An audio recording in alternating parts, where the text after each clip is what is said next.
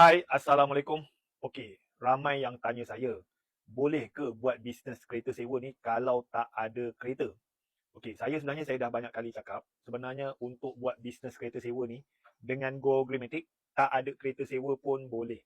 Okey, dekat belakang saya ni, ini adalah contoh tim Go Greenmatic macam mana dia ni tak ada kereta pun. Alright, so dia boleh buat bisnes ni.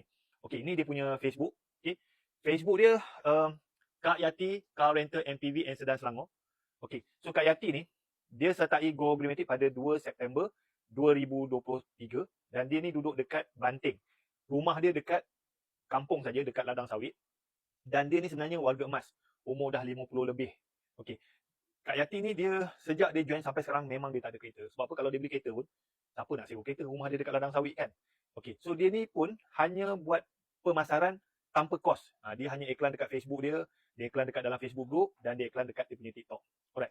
So lepas dia join, lepas dia join pada tahun 2023, dia punya sewaan ni kan, dia sewakan kereta rakan niaga Go Greenmatic yang lain dan dia makan komisen. Okey, untuk 2023 ni sewaan dia RM105,125, komisen dia RM20,343. Ini 4 bulan saja. Sebab apa, dia join pada 2 September 2023. So bulan 9, 10, 11, 12, 4 bulan. Okey, 4 bulan ini dia punya sewaan dan komisen. Okey, tahun 2024 sewaan dia RM485,702, komisen dia RM95,399. Okey. Tahun 2025 sewaan dia RM594,320, komisen dia RM115,740. Okey, untuk tahun 2026 ni Januari dengan Februari, so sewaan dia RM44,640, komisen dia RM9,219.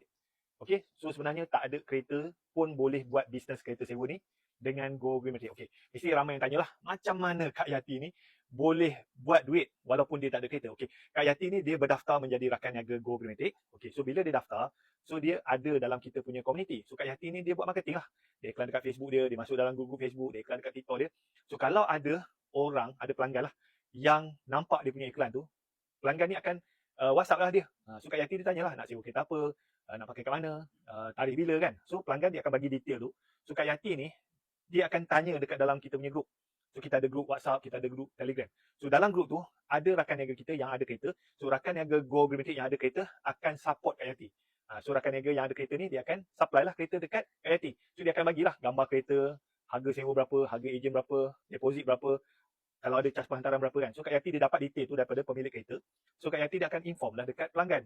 So pelanggan setuju, pelanggan bayar dekat Kak Yati dia ambil komisen dia siap-siap dan dia akan transfer harga ejen kepada pemilik kereta. So pemilik kereta hantarlah kereta dekat pelanggan. Lepas habis pakai, pelanggan pulangkan balik kereta tu kepada pemilik kereta. So pemilik kereta dia check semua, kalau okey dia akan inform dekat Kak Yati dia akan refund balik deposit pelanggan tu dalam masa 10 ke 14 hari bekerja lah. So Kak Yati ni, walaupun dia duduk dekat ladang sawit, dia boleh ambil tempahan kereta sewa seluruh Malaysia. Sebab apa? Go Greenmatic ni kita ada rakan niaga seluruh Malaysia, termasuk Brunei. So tak ada masalah. Tak kisahlah you ada kereta ke, you duduk kampung ke, you suri rumah ke, boleh buat benda ni. Janji you nak belajar dan you nak usaha. Alright, so kalau you nak join Go Greenmatic, you komen dekat saya punya bio tu. You cakap you nak join Go Greenmatic. Okay, like, follow, komen dan share. Kalau nak belajar macam mana nak buat bisnes kereta dan motor sewa dengan Go Greenmatic. Boleh.